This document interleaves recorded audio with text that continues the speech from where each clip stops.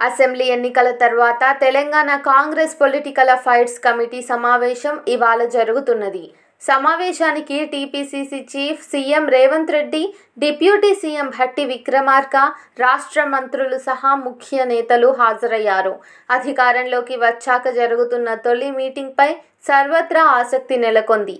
ఈ నేపథ్యంలోనే గాంధీ భవన్ వద్ద భారీగా పోలీసు బందోబస్తు ఏర్పాటు చేశారు.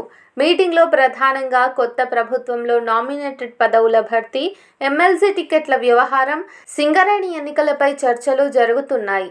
మొదటి నుంచి పనిచేసినోళ్ల పేర్లను ప్రతిపాదించి కీలక నేతల అభిప్రాయం సేకరించనున్నారు. లోక్సభ ఎన్నికలు, ప్రభుత్వంలో మిగిలిన మంత్రి పదవుల విషయమై రేపు TPCC chief CM Revanth Reddy ఢిల్లీకి వెళ్లనున్నారు. కాంగ్రెస్ అధిష్టానంతో భేటీ కానున్నారు.